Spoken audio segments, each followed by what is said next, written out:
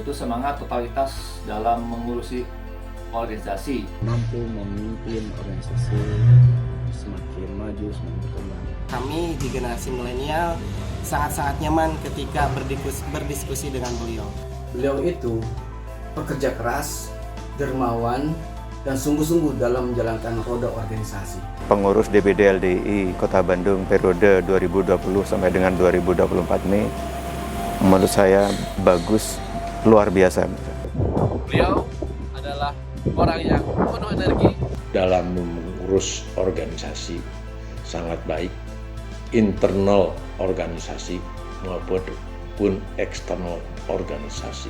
Pelaksanaan program kerja maupun pembinaan SDM baik di lingkungan DPD maupun PC PAC banyak sekali peningkatan. Beliau berdedikasi tinggi. Beliau adalah orang yang visioner serta orang yang mampu melihat tantangan ke depan. Apa dan bagaimana LDI Kota Bandung tentu ditentukan juga oleh siapa pemimpinnya. Beliau mau kerja, siap beramal soleh, punya program kerja yang down to earth, yaitu program yang dapat dieksekusi dan memberikan manfaat nyata untuk masyarakat. Seorang pemimpin tidak hanya menunjukkan jalannya, tetapi juga berjalan bersama dengan timnya, seperti halnya yang beliau lakukan secara nyata. Beliau adalah pemimpin yang luar biasa, tidak hanya menjadi pemimpin yang hebat, tetapi juga menjadi pribadi yang sangat ramah.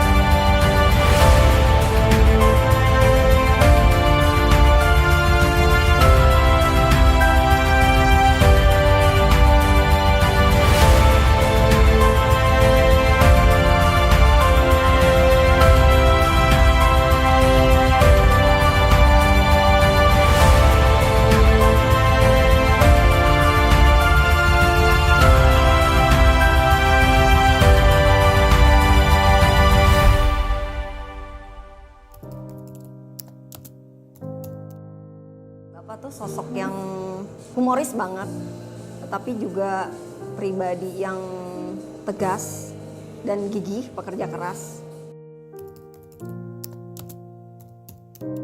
Momen yang paling diingat sampai sekarang sama kami berdua ya, itu dulu tahun 2001. Kami tuh pernah di mana di titik, kalau bahasa kerennya we have no money, kita nggak punya uang sama sekali. Sementara waktu itu bulan Ramadan. Kita kadang sampai kita berpikir ini mau buka puasa gimana nih gitu. Kita sempat ada di titik itu gitu. Terus karena saat itu ibu bantu bapak untuk bisa untuk bikin baju gitu, dijual ke orang. Saat itu kan nggak ada alat komunikasi ya, nggak ada HP. Yang pesan tuh saat itu orangnya tinggalnya di gunung. Terus saya bikin baju itu dari pagi, beres-beres jam 2 siang. Terus langsung udah kita anterin ke rumahnya dengan harapan dibayar saat itu nominalnya 60.000 ya.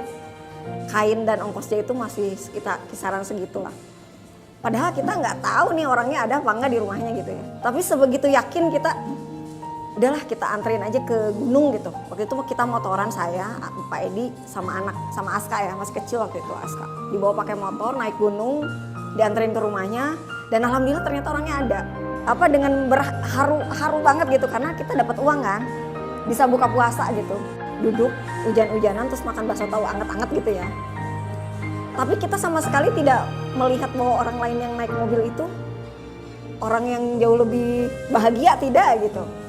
Hanya Bapak selalu bilang ini ke Ibu, insya Allah nanti kita ke depan bakalan bisa punya rumah yang nyaman, punya kendaraan yang kita inginkan. Sebetulnya harapan terbesar dari kami gitu ya, saya dan anak-anak tuh Bapak bisa istirahat lah. Karena terus terang kan mengemban amanah ini nggak gampang ya, ini berat banget terus terang. Karena kan di sisi lain Bapak juga punya pekerjaan yang tidak bisa ditinggalkan, yang juga harus memerlukan Bapak banget gitu ya, kehadiran Bapak. Sebetulnya kemarin saya dan anak-anak sempat ngobrol, terus anak-anak bilang, mungkin kalau boleh dibilang dengan berat hati, kami ya mau nggak mau, ya sudahlah, mau gimana lagi ya. Tapi saya selalu bilang ke anak-anak, kita hanya bisa berdoa, meminta pertolongan dari Allah. Mudah-mudahan Bapak kuat, kita juga sanggup selalu mensupport Bapak dalam kondisi apapun.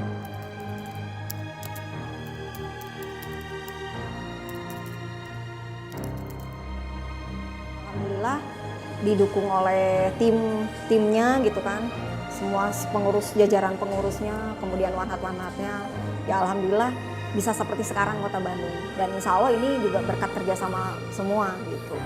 Semua ingin memberikan yang terbaik, sehingga hal-hal yang mungkin memang dulu belum bisa tercapai, alhamdulillah di 5 tahun ini bisa tercapai gitu. Jadi alhamdulillah lah.